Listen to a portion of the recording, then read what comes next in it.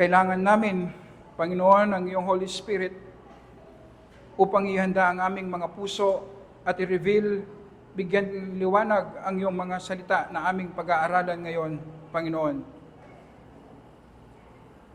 Ito ang higit namin kailangan, Panginoon. Maging malinaw sa amin at maranasan ka namin, Panginoon, sa aming mga buhay. Alam po namin na ito ay gagawin mo dahil ikaw ay isang merciful at gracious na Diyos.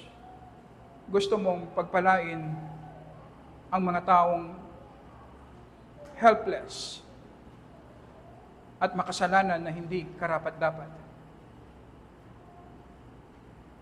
Ito po ang hiling namin sa pangalan ng aming Panginoong Hesus. Amen. Amen.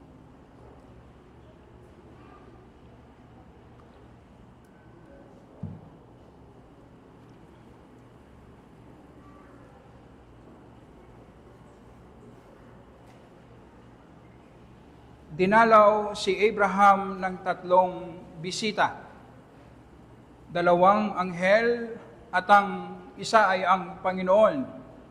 Ang pre-incarnate form ng Panginoong Hesus, ang ibig sabihin, Panginoong Hesus bago siya magkatawang tao. Nakita natin ito na desire ng Panginoon na makipagkaibigan sa ating mga makasalanan na nakipag-isa sa ating Panginoong Hesus. Naghanda ng maraming pagkain si Abraham na ginamit naman ng writer ng Hebrews bilang example si Abraham sa pagtanggap natin ng mga bisita sa ating tahanan bilang isang ministry, paglilingkod sa ating kapwa. At habang kumakain ang mga bisita, tinanong nila si Abraham kung nasaan ang kanyang asawa na si Sarah. Sumagot si Abraham na sinabing siya ay nasa loob ng tent. Na sinasabi ng mga commentators, ito ang sinasabi ng kanilang kostumbre noon. Tama lang na siya ay nasa loob ng tent. Inulit ng Panginoon ang kanyang pangako kay Abraham sa verse 10. Ako ay tiyak na babalik sa iyo sa tamang panahon, next year. At si Sarah na iyong asawa ay magkakaanak ng isang lalaki. Si Sarah noon ay nakikinig sa may pintuan ng tolda na nasa likuran niya. Mula sa loob ng tent ay nakikinig si Sarah sa pag-uusap ni Abraham at ng kanyang mga bisita patungkol sa imposibleng pangako ng Panginoon. Si Moses mismo na siyang writer ng Genesis ang nagbigay ng comment sa verse 11. Sabi nga sina Abraham at Sarah ay kapwa matanda na at lipas na sa panahon. Si Sarah ay hindi na dinadatnan ng tulad ng likas ng mga babae. Kaya naman sa verse 12, ito ang naging reaction ni Sarah, nagtawa. Tumawa si Sarah sa kanyang sarili habang siya ay nakikinig sa loob ng tent na sinasabi, pagkatapos na ako'y tumanda at matanda na rin ang asawa ko, magkakaroon pa ba ako ng kasiyahan? Magkaiba ito sa tawa ni Abraham sa nakaraang chapter na ang pagtawa ni Abraham ay may halong pananampalataya at pagkasyak sa pangako ng Panginoon sa kanya. Ang pagtawa naman ni Sarah ay puros pagdududa sa pangako ng Panginoon. At makikita natin yan sa naging tugon ng Panginoon sa kanya sa verse 13. At sinabi ng Panginoon kay Abraham, bakit tumatawa si Sarah na sinasabi, tunay kayang ako'y manganganak kahit matanda na ako? Malaki ang posibilidad na sa tagpong ito ay alam na ni Abraham at ni Sarah na ang nagsasalita ay ang Panginoon mismo at hindi isang ordinaryong bisita lamang. Nangako ang Panginoon sa previous chapter 17 verses 15 and 16, na manggagaling mismo sa katawan ni Sarah ang ibibigay na binhi ng Panginoon. Ang sinasabi sa atin, ang pagtawa ni Sarah sa pangako ng Panginoon ay isang kasalanan. Unbelief. Hindi niya pinaniniwalaan na tutuparin ng Panginoon ang kanyang pangako. Tayong mga mananampalataya, iniisip natin na magaan na kasalanan lamang ang pagdudahan ang mga pangako ng Panginoon sa atin. Kaya naman ang worry sa atin ay parang isang respetadong kasalanan na katanggap-tanggap sa atin. Si John Stott ang nagsabi, ang unbelief, sin of unbelief, ay hindi lamang isang kasamang palad na dapat nating kaawaan. Ito ay isang kasalanan na dapat nating pagkalungkutan at pagsisihan. Ang pagkamakasalanan ng sin of unbelief ay nakabase sa pagkontra natin sa pangako ng Panginoon, na sinasabi nating sinungaling ang Diyos at hindi niya tutuparin kung ano ang ipinangako niya sa atin. Ito ang sinasabi ng ating pagdududa, unbelief, sa mga pangako ng Diyos sa atin. At ang malinaw na sinasabi sa atin, ang sin of unbelief na makikita natin kay Sarah ay magbubunga pa ng ibang kasalanan. At alam niyo po ba, ito ay totoo sa lahat ng kasalanan. Palaging merong chain reaction. Noong komprontahin siya ng Panginoon sa kanyang pagdududa, pagtawa, imbes na umamin at humingi siya ng tawad sa Panginoon, itinanggi pa niya. Nagsinungaling pa siya sa Panginoon. Sabi niya, hindi ako tumawa, Panginoon. Kaya pagdating sa kasalanan, kahit yung iniisip nating maliliit na kasalanan lamang, kapag ginawa natin gaano man kaliit ang kasalanan, siguradong magbubunga iyan ng iba pang mga kasalanan. At kung papabayaan natin, patuloy na magmumultiply yan ng mabilis. At hindi natin napapansin, yan na ang magkokontrol sa ating puso. At hindi na tayo magiging sensitive ngayon sa kasalanan. Hindi na natin nakikita na masama ang kasalanan. Tumitigas na ang ating mga puso. Mali ang kaisipan at ito ang sinasabi ni Satan sa atin, na pwede lamang nating ilimit sa isa ang kasalanan. Siguradong hindi yan darami, isa lang. Pero hindi ganyan ang prinsipyo na sinasabi ng Bible. Kapag bumigay tayo sa isang kasalanan at hindi tayo kaagad-agad mag-repent, magsisi, humingi ng tawad sa Panginoon, siguradong magmumultiply yan ng mabilis. Hanggang sa darating sa puntong hindi mo na makokontrol.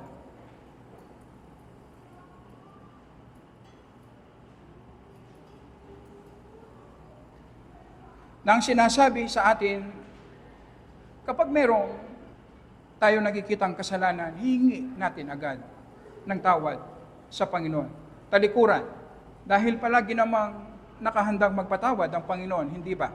Sa 1 John chapter 1 verse 9. Hindi tinigilan ng Panginoon si Sarah kahit na itinanggi niya ang kanyang kasalanan. Verse 15, subalit nagkaila si Sarah na sinasabi, hindi ako tumawa sapagkat siya'y natakot. Ngunit sinabi ng Panginoon, hindi. Ikaw ay talagang tumawa.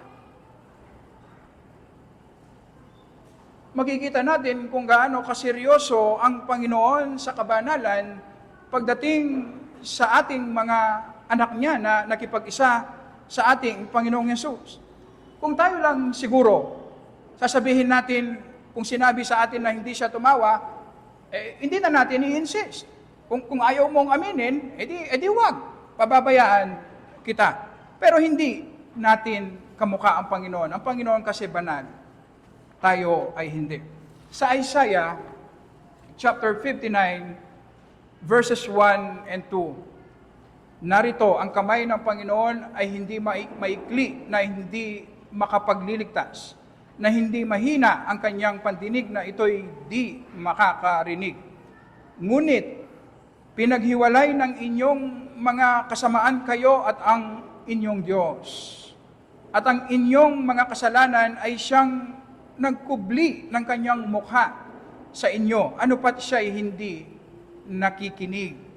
Sinasabi sa atin, ang kasalanan ang naglalayo sa atin sa Panginoon, ang nagiging hadlang upang maranasan natin ang mga nakalaang pagpapala sa atin, tayong mga makasalanan, tayong mga nakipag-isa sa ating Panginoong Yesus.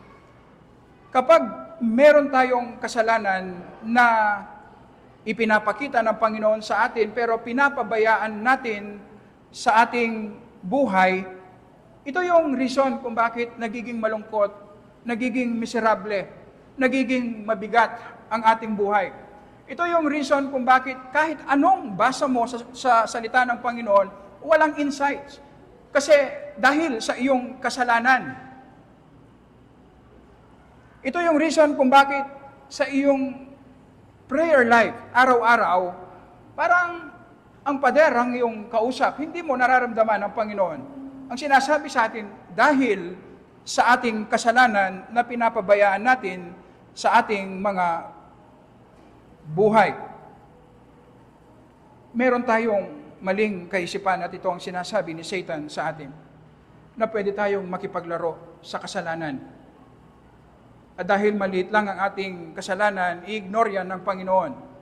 Mananatili pa rin tayong masaya at i-enjoy natin ang Word of God, i-enjoy natin ang fellowship, i-enjoy natin ang Panginoon. Mali po ang ganong klaseng kaisipan. Hindi po kailanman, ito ang wag nating kakalimutan, hindi po kailanman gagawin ng Panginoon na pagpapalain niya tayo sa ating mga kasalanan.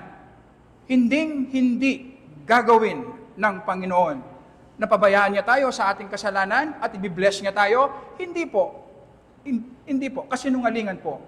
Iyon.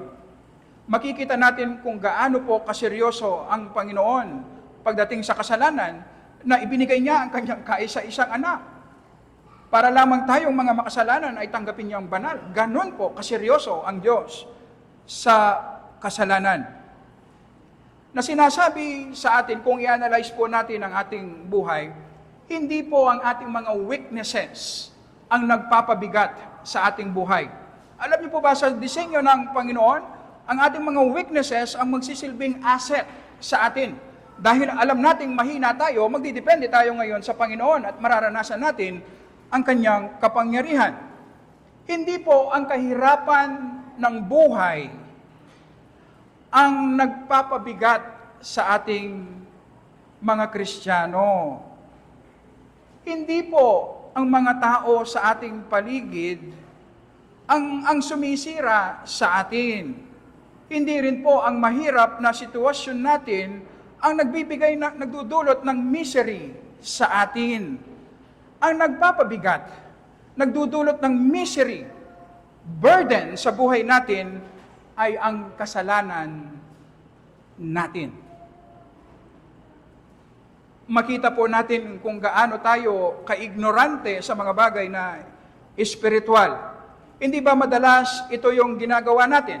Sa kagustuhan nating maging masaya, maalis ang pabigat, ang burden sa ating buhay, ang ginagawa natin, inuubos natin ang ating time sa ating trabaho dahil iniisip natin na kung meron tayong pera, ay magiging masaya tayo. Pilit tayong tumatalikod o iniiwanan natin yung mga taong ayaw natin kasi iniisip natin sila ang nagpapabigat sa atin. Tumatalikod tayo sa mga mahirap na situation kasi iniisip natin sila yung nagpapahirap sa atin. Pero ang ginagawa natin sa ating salita, sa ating isip, sa ating gawa, ay pinapabayaan natin ang kasalanan, hindi ba mas lalong magiging miserable ang buhay natin? Ang kasalanan na siya nagpapabigat sa buhay natin, pero kinukupkup natin. Ang ibig lang sabihin, ignorante tayo pagdating sa mga bagay na espiritual. Kung pagpapalain ng Panginoon si Sarah na manggagaling sa kanyang katawan ang ipinangakong binhi, na kung magiging kapartner ni Abraham si Sarah sa gawain ng Panginoon, kailangang i-deal ng Panginoon ang kanyang kasalanan. Na sinasabi sa atin, ang ating mga kasalanan ang nagiging hadlang upang hindi natin maranasan ang pagpapala, blessing ng Panginoon sa atin. Kaya naman, sa mercy ng Panginoon, sa kanyang severe mercy, hindi niya tinigilan na i-convict si Sarah sa kanyang kasalanan. Hindi tumigil ang Panginoon na i-convict siya sa kanyang kasalanan. Actually, binalikan niya, hindi. Tumawa ka. Na sinasabi sa atin, ganun din ang ginagawa ng Panginoon sa atin. Hindi siya tumitigil para i-convict tayo sa ating mga kasalanan. Every time na naririnig natin ang Word of God, binabasa natin ang Word of God, ang Holy Spirit nangungusap sa atin na sa pamamagitan ng ating conscience, kino-convict tayo na mayroong kasalanan tayong ginagawa. Sa pamamagitan ng mga kritisismo ng ibang tao sa atin, gustong ipakita ng Panginoon ang ating pagkamakasalanan. Sa kung paano tayo mag-react sa mga situation na ibinibigay ng Panginoon sa atin, ang unang pinapakita niya ay ang kasalanan sa ating mga puso. Pero ang problema, ignorante tayo. May ipinapakitang kasalanan sa atin ng Panginoon, pilit ang ibang kasalanan ang tinitignan natin. Ano ang nangyayari? Nagiging miserable ang ating buhay. Hindi ba mas magandang aminin natin na tayo nga ay nagkasala dahil meron namang pagpapatawad na nakalaan sa atin sa krus ng ating Panginoong Hesus. At kung ganito ang ating magiging tugon every time, alam niyo po ba, mararanasan natin ang blessing ng Panginoon. Mararanasan natin ang Panginoon mismo sa ating buhay. At ito ang naranasan ni Sarah. Sa verse 11, chapter 11 ng Hebrews, sa pananampalataya, ito yung description kay Sarah. Sa pananampalataya, maging si Sarah na isang baog ay tumanggap ng kakayahang magkaanak, bagaman lipas na sa tamang gulang. Palibhasa'y tinuring niyang tapat ang nangako. Hindi naman ito yung naging tugon ni Sarah. Ang ibig sabihin, nung kinonvict siya ng Panginoon sa kanyang kasalanan, at narinig niya ang maikling exhortation ng Panginoon na meron bang anumang bagay na napakahirap sa Panginoon, ang ibig sabihin, tumugon si Sarah. Nagsisi siya sa kanyang kasalanan at nanampalataya sa Panginoon. At kinoment siya ng writer ng Hebrews na dahil sa kanyang pananampalataya ay naging useful instrument siya sa Panginoon. Naranasan niya ang blessing ng Panginoon. Pagkatapos ng tagpong ito na tumugon ng tama si Sarah, handa na si Sarah na tanggapin ang pagpapala ng Panginoon sa kanya. Ang tanong sa atin, handa ba tayo na tanggapin ang pagpapala ng Panginoon? Dinidil ba natin ang ating mga sariling kasalanan? Nagre-repent ba tayo araw-araw sa ating mga kasalanan? Pagkatapos nito, sa ating pagpapatuloy, inatid ni Abraham sa daan patungong Sodoma at Gomora ang kanyang mga bisita. Hindi lamang pala si Abraham at Sarah ang sadya nila, kundi kailangan nilang pumunta sa Sodoma at Gomora upang hatulan ang mga ito dahil sa lubhang kasalanan. Sa tagpong ito, sa pamamagitan ni Abraham, tuturuan tayo ng Panginoon bilang isang iglesia kung papaano tayo mamumuhay sa gitna ng lugar na nasa ilalim ng paghahatol ng Diyos, kamukha ng Sodoma at Gomora.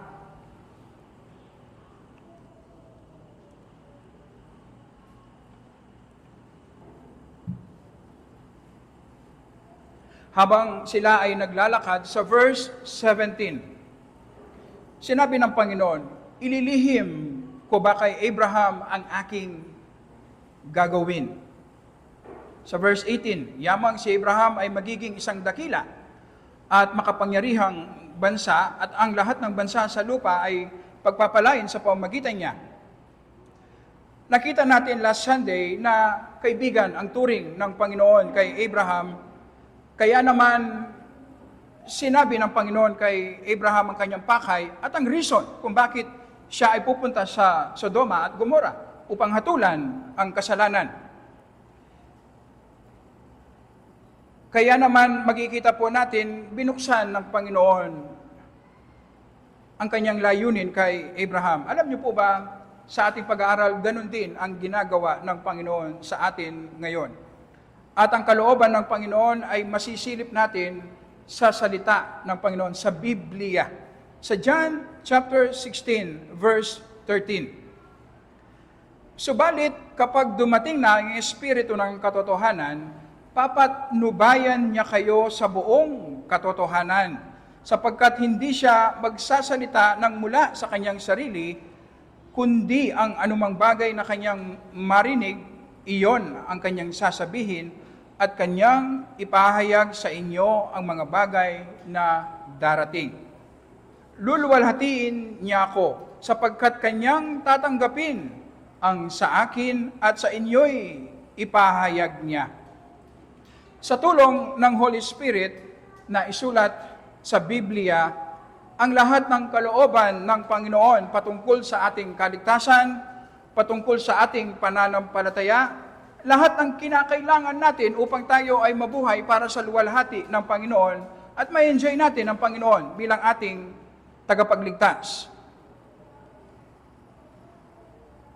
Sa verse 19, inilahad ng Panginoon kay Abraham ang kanyang layunin. Sapagkat siya'y aking pinili upang kanyang tagubilinan ang kanyang mga anak at sambahayan pagkamatay niya, na maingatan ang daan ng Panginoon sa pamamagitan ng paggawa ng kabanalan at kahatulan, upang maibigay ng Panginoon kay Abraham ang ipinangako niya sa kanya. Sinasabi sa atin ang layunin ng Panginoon kung bakit inilahad niya ang kanyang salita kay Abraham, para si Abraham ay lumakad sa kabanalan at turuan niya ang kanyang mga anak. Na ito ang sinasabi sa atin ng Panginoon ngayon bilang isang iglesia. Ibinigay ng Panginoon ang kanyang mga salita sa atin.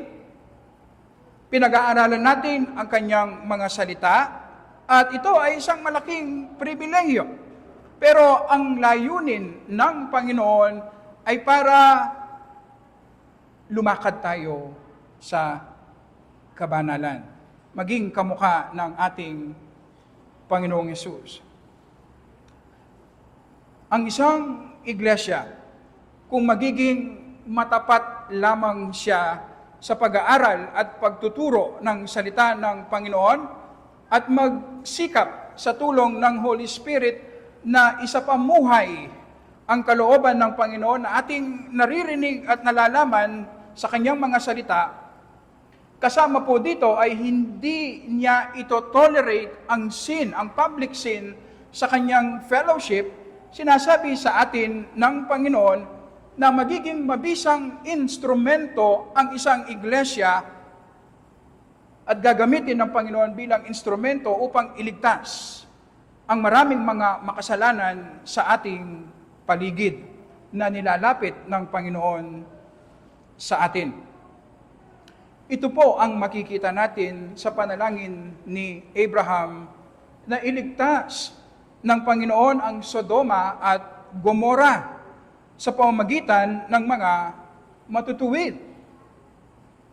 Ang sabi ni Abraham sa Panginoon, kung may 50 matutuwid sa Sodoma at Gomora, patatawarin ba ng Panginoon ang maraming masasama? Patatawarin ba ng Panginoon ang mga tao sa Sodoma at Gomora?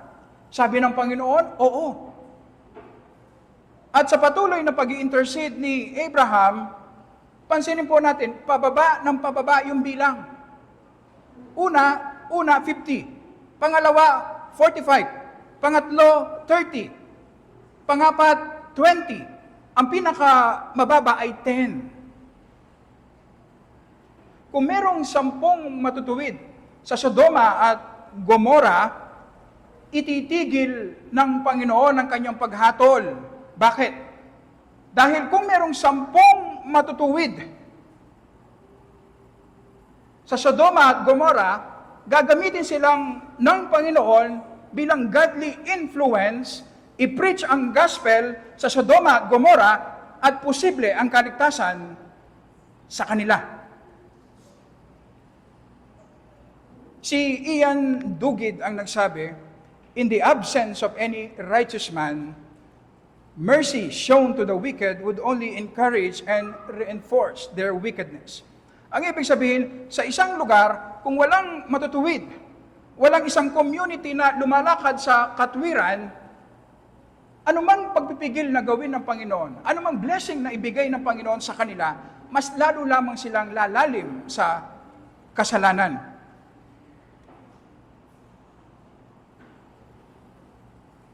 Ang pinaka-mababang bilang na sinabi ni Abraham ay 10. Alam niyo po ba kung bakit? Ang numerong 10, ito ang minimum na number upang bumuo ng isang community. Sa New Testament noon, makakabuo lamang sila ng sinagoga kung sila ay may bilang na 10.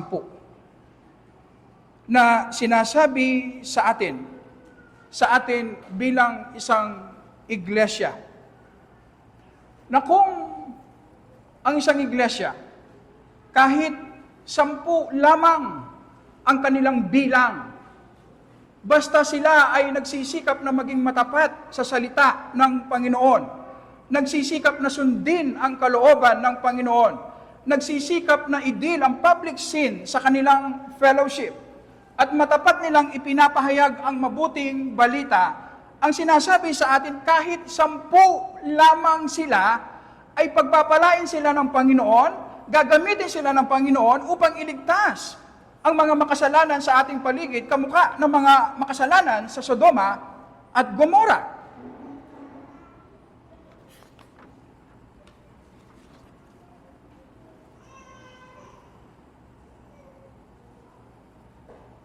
Marami sa mga iglesia ngayon, para lamang i-accommodate ang isang grupo o isang pamilya, para lamang dumami sila, ay kinokompromiso nila ang salita ng Panginoon. Marami sa mga iglesia ngayon, dahil gusto nilang i-appease at huwag magalit ang isang grupo o isang pamilya para huwag silang umalis, pababayaan nila ang public sin sa kanilang fellowship. Ang problema, kapag ginawa natin yan, mamamatay ang ating iglesia. Magiging useless ang ating iglesia. Ang kailangan na iglesia, ang kailangan natin bilang mga mananampalataya, ang kailangan ng ating pamilya ay isang church na matapat na ipinapahayag ang salita ng Panginoon na hindi tayo nagkokompromiso. Alam natin, kailangan nating i-deal ng may pag-ibig, ang mercy, ang public sin. Pero wala tayong option na pabayaan lamang ang sin sa ating fellowship. Dahil ang magiging resulta, mamamatay ang ating church.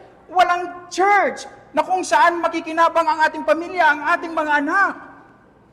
Hanggang sa magiging useless, mawala ang ating iglesia.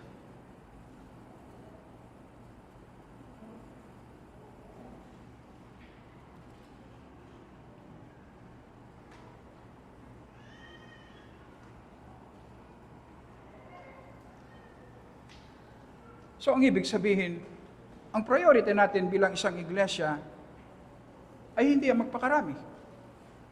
ang priority natin ay maging matapat sa salita ng Panginoon, magsikap na sundin ang kanyang kalooban.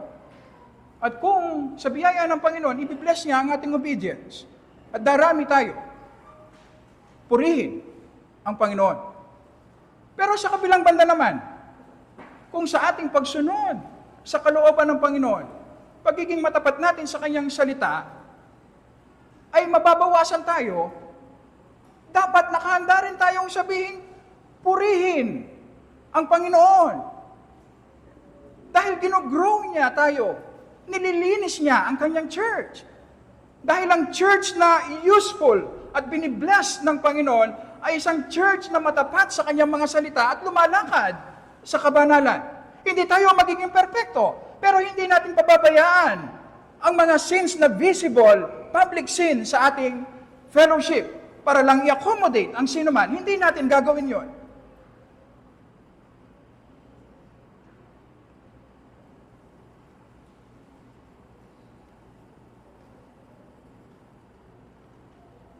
Bilang panghuli, makikita natin sa panalangin ni Apostol Pablo ang prinsipyo ng gospel. Makikita natin kahit sa Old Testament, malinaw ang gospel kung papaanong magiging matuwid ang isang taong makasalanan sa harapan ng Diyos na banal.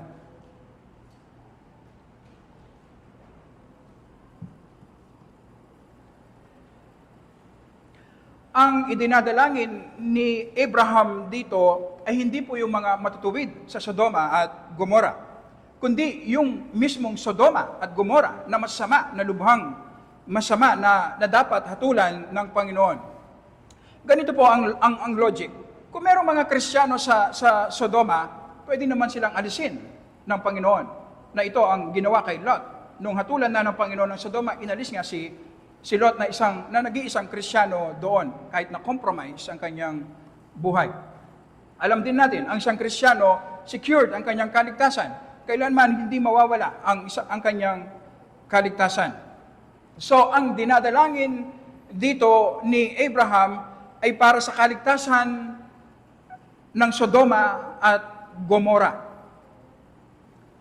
At madidiscover natin dito ang prinsipyo ng gospel. Kailangan nating malaman dito sa panalangin ni Abraham, nag-e-explore siya theologically. Ang ibig sabihin, kung pinag-iisipan ni Abraham, kung ang Diyos ay banal at hinahatulan niya ang masama, papaano ang application niyan pagdating sa kaligtasan? So, nag-e-explore siya. Kaya naman sa verse 23, ang sabi niya, ang mga banal ba ay iyong lilipulin kasama ang mga masama? Alam ni Abraham ang sagot, hindi gagawin yon ng Panginoon. Pero binaligtad niya, tingnan nyo, binaligtad niya.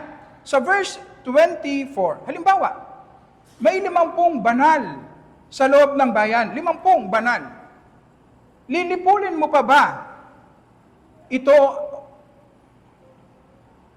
at di mo patatawarin ang lugar na iyong alang-alang sa 50 banal? So nag-e-explore si Abraham. Kung ang tao sa kanyang sarili na makasalanan ay hindi niya kayang iligtas ang kanyang sarili at siya ay mapapahamak sa impyerno, wala na bang ibang paraan ng kaligtasan? Hindi ba pwede, ito ang kaisipan ni Abraham, hindi ba pwede na alang-alang sa katwiran, pagiging matuwid ng ilan, hindi mo ba pwedeng iligtas yung maraming mga makasalanan? Ito yung argument ni Abraham sa Panginoon. At alam niyo po ba, pumayag ang Panginoon. Kung makakakita ako ng 50, 50 na matuwid sa Sodoma at Gomora, patatawarin ko ang buong lugar. Ililigtas ko ang buong lugar. At si Abraham sa patuloy niyang intercession, Panginoon, kung 45 lamang, tama, patatawarin ko pa rin ang Sodoma at Gomora. Panginoon, kung 30 lamang, patatawarin ko pa rin. Panginoon, kung 20 lamang, patatawarin ko pa rin. Panginoon, kung 10 lamang ang matutuwid sa Sodoma at Gomora, patatawarin ko pa rin. Ang tanong sa atin, bakit hindi ginawa hanggang isa? Panginoon, kung merong isa na matuwid sa Sodoma at Gomora, hindi mo ba patatawarin ang buong lugar? Ang tanong, bakit hanggang 10 lamang? Posible, alam ni Abraham, walang matuwid kahit isa sa Sodoma at Gomora. Merong isang Kristiyano doon, si Lot. Pero compromise ang kanyang life. Kung nakikita nyo yung point, ganito. Ang isang makasalanan, pwede siyang iligtas ng Panginoon, alang-alang sa katwiran ng iilan. O posible, alang-alang sa katwiran ng isa. Hindi ba yun ang ating Panginoong Yesus? Sa Roma chapter 5, verse 18. Kaya't kung paanong sa pamagitan ng isang pagsuway ay dumating ang kahatulan sa lahat ng mga tao, di ba? Sa pamagitan ng kasalanan ni Adan, ang lahat ay nagkasala. Gayon din naman sa pamagitan ng isang matuwid na gawa ay dumating sa lahat ng mga tao ang pag-aaring ganap at buhay. Sa 2 Corinthians chapter 5, verse 21, para sa ating kapakanan, itinuring niyang may kasalanan siya. Ang Panginoong Yesus, itinuring na makasalanan ng Panginoong Yesus, na hindi nakakilala ng kasalanan, upang sa Kanya tayo ay maging katwiran ng Diyos. Hindi ba ito ang prinsipyo na sinasabi ni Abraham na sinasang-ayunan ng Panginoon, na alang-alang sa katwiran ng isa, ililigtas ng Panginoon ang maraming mga kasalanan. Sa ating sarili, hindi natin kayang iligtas. Hinatulan na tayo. Tayo ay mga makasalanan, papunta sa impyerno bilang bayad ng ating mga kasalanan. Pero ito ang paraan ng Diyos para iligtas ang sino mang makasalanan. Alang-alang sa katwiran ng isang tao. Ang Panginoong Yesus na nabuhay ng perfect, sinunod ng perfect ang mga kautusan na hindi natin kayang gawin. At siya ang nagbayad ng kasalanan sa krus bilang kahalili upang ang sino mang manampalataya sa Kanya ay magkakaroon ng buhay na walang hanggan. Alang-alang sa katwiran ni Kristo, ililigtas ng Panginoon ang maraming mga makasalanan. Kung ikaw ay hindi pa nanampalataya kay Jesus, sinasabi sa iyo, hindi mo kayang iligtas ang iyong sarili. Pero pwede kang iligtas ng Panginoon alang-alang sa katwiran ng isa, ang Panginoong Yesus, na kung ikaw ay mananampalataya kay Kristo para sa iyong kaligtasan, sinasabi ng Bible, patatawarin kanya, ituturing kanyang matuwid, alang-alang sa isa, alang-alang kay Jesus. At kung ganito natin naranasan ang kaligtasan, na itinuring tayong matuwid ng Panginoon, alang-alang sa katwiran ni Jesus, sinasabi sa atin, pwede tayong maging kamukha ni Sarah. Na every time na tayo ay nagkakasala, pwede nating ibaba ang ating sarili. Bakit? Pwede nating aminin na tayo ay makasalanan. Bakit? Kasi hindi naman magbabago ang pag-ibig ng Diyos sa atin eh. Actually, mas lalo tayong mapapalapit sa Diyos at ma-appreciate natin na minahal tayo ng Diyos, hindi dahil mabuti tayo, kundi dahil kay Kristo, alang-alang sa isa. Minahal tayo at tinuring tayong matuwid ng Panginoon. Merong power para mag-repent, para i-humble ang ating sarili, para buksan ang ating puso sa Panginoon, sa marami nating kinukupkup na kasalanan. Kailangan natin makita ang Panginoong Yesus sa Kanyang pag-ibig na alang-alang sa isa, tinanggap tayong banal ng Diyos. Kaya meron akong power na mag-repent at manampalataya kay Jesus. At kung patuloy natin gagawin yun individually bilang isang church, mag-grow tayo sa kabanalan. Lalakad tayo sa kabanalan. At ito ang sinasabi ni Abraham, na kahit 10 lang tayo, gagawin tayong mighty instrument ng Panginoon para sa kaligtasan ng mga makasalanan kamukha ng Sodoma at Gomora. Kailangan tayong tumingin kay Jesus. Kailangan natin maranasan ang Kanyang pag-ibig, ang Kanyang mercy, ang Kanyang wisdom, ang Kanyang grace. Ito ang kailangan natin.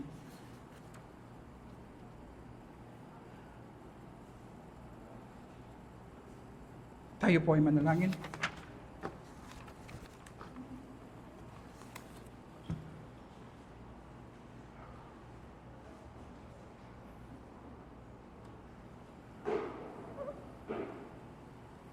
Nagpapasalamat po kami, Panginoon, sa iyong mga salita.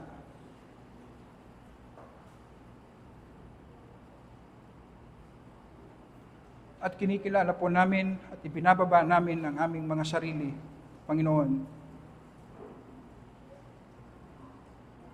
Kamukha kami ni Sarah na itinatanggi namin ang marami naming mga kasalanan, Panginoon. Tinatago namin sa iyo. Kaya patuloy na nagbumultiply ang kasalanan sa aming mga buhay.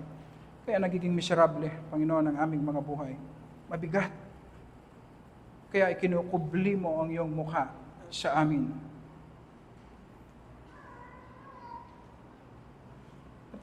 Kaya naman namamangha kami, Panginoon, sa iyong pag-ibig at biyaya, mercy sa amin. Sa kabila ng aming pagkamakasalanan, Panginoon, bakit tinuring mo kaming banal, alang-alang kay Kristo, Panginoon?